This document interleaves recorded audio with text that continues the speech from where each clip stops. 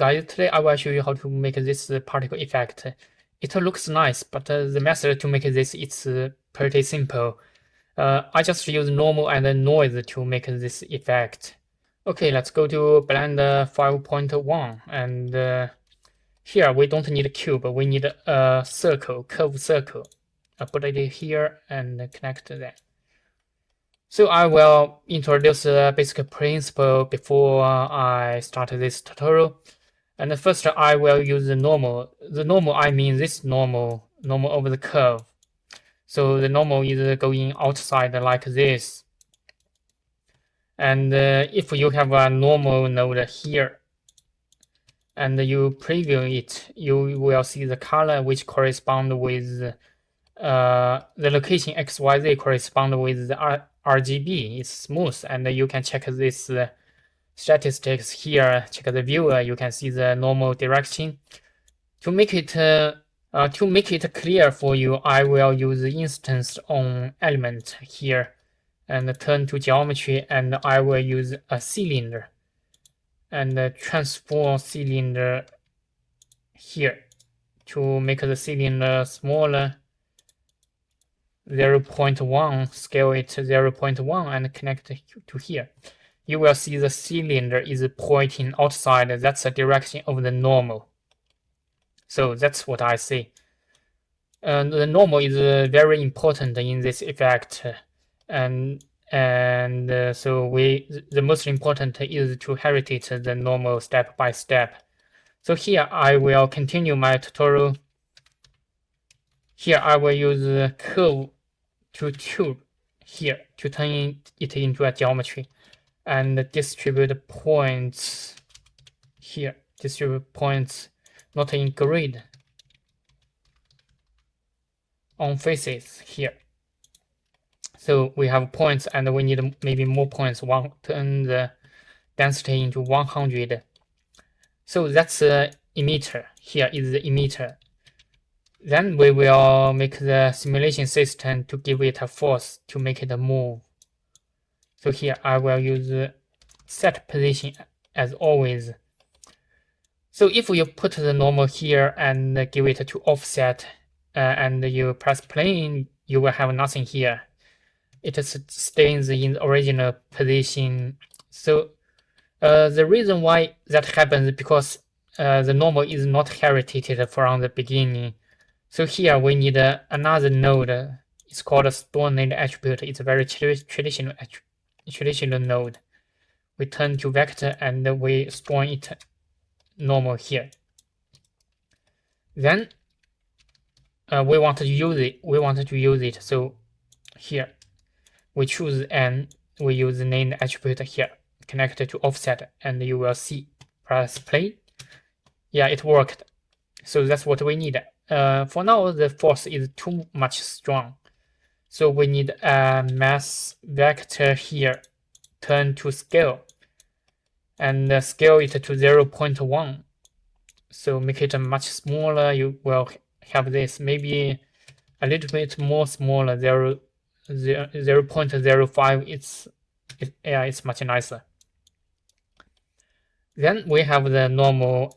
So as what I said in the beginning, we will need a noise. So here, noise, we will use the color, because color RGB correspond with the XYZ in the 3D space. So if we connect that directly to offset, you will see problem. It moves only in one of the space, and this is XYZ positive space. So we don't want that happen. We need to click the normalize. We don't want to normalize. So it will be normal, and I think the same problem. It's too strong. So we use this scale to make the force smaller, and that's much better. So then, very simple. I will just add these two force here. So we will have this effect. So after this, we will make this effect complicated to make it much better, to make more layers. So we will use join to join the particles to make it emitter in every frame. So you will have this. So it's much closer to our effect. And we need to turn noise to 4D to make this effect like more live. So you check if I change W, you will see this. That's what we need. So I link the C time because it changes in every frame. So you will have this effect like it changes every frame. So I think it's the time changes too fast. So I will use the math here. Okay. Okay, use multiply to make the time changes slower to multiply 0.2. And let's check the effect. It moves much more smaller, slower. So that's what we need. So, and you will see another problem, like it grows in every frame. It never stops. So we will use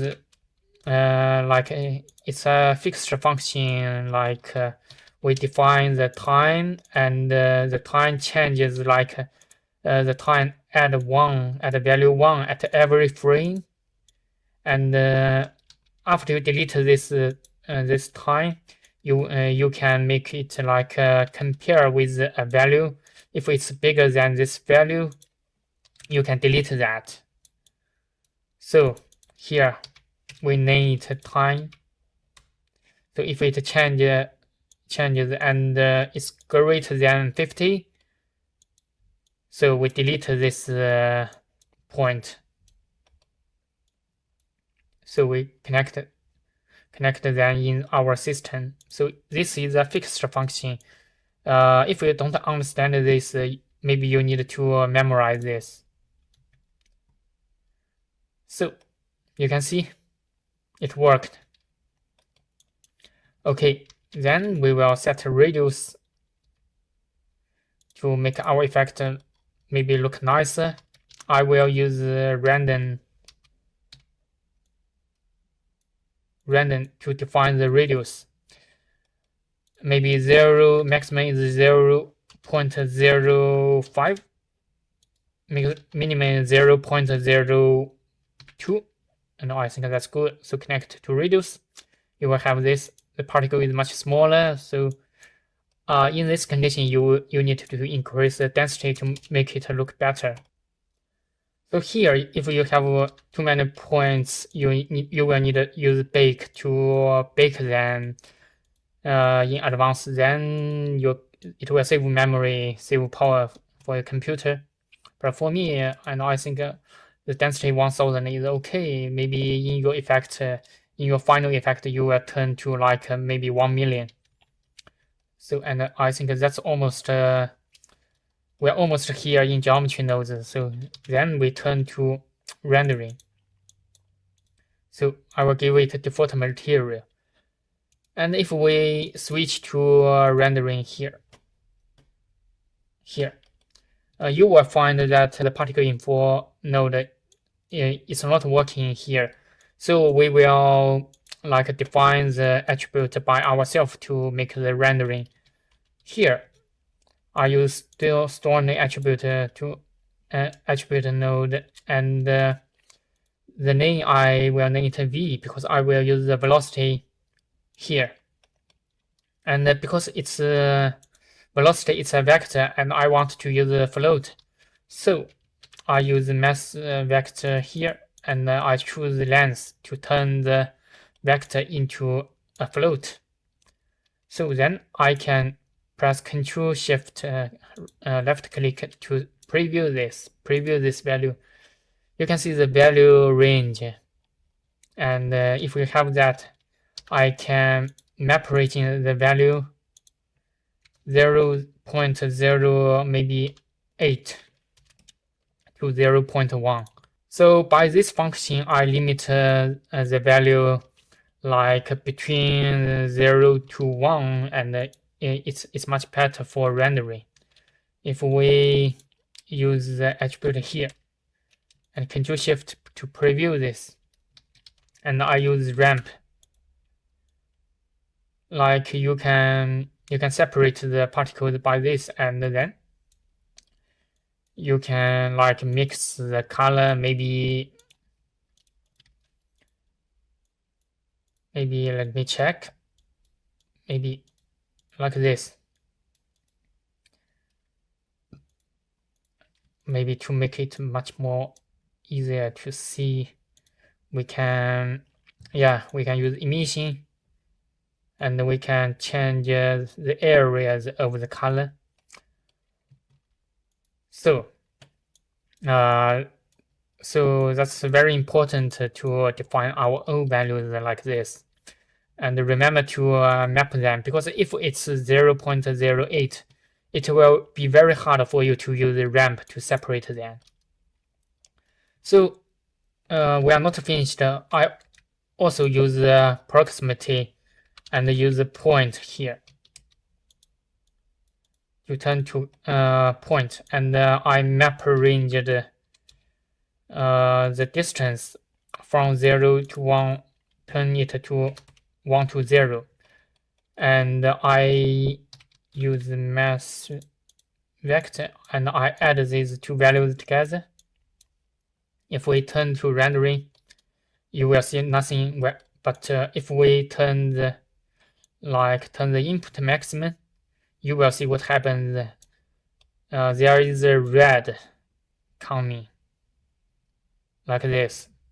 So you can use your imagination to define some attribute to make this effect more complicated. Complicated means nicer.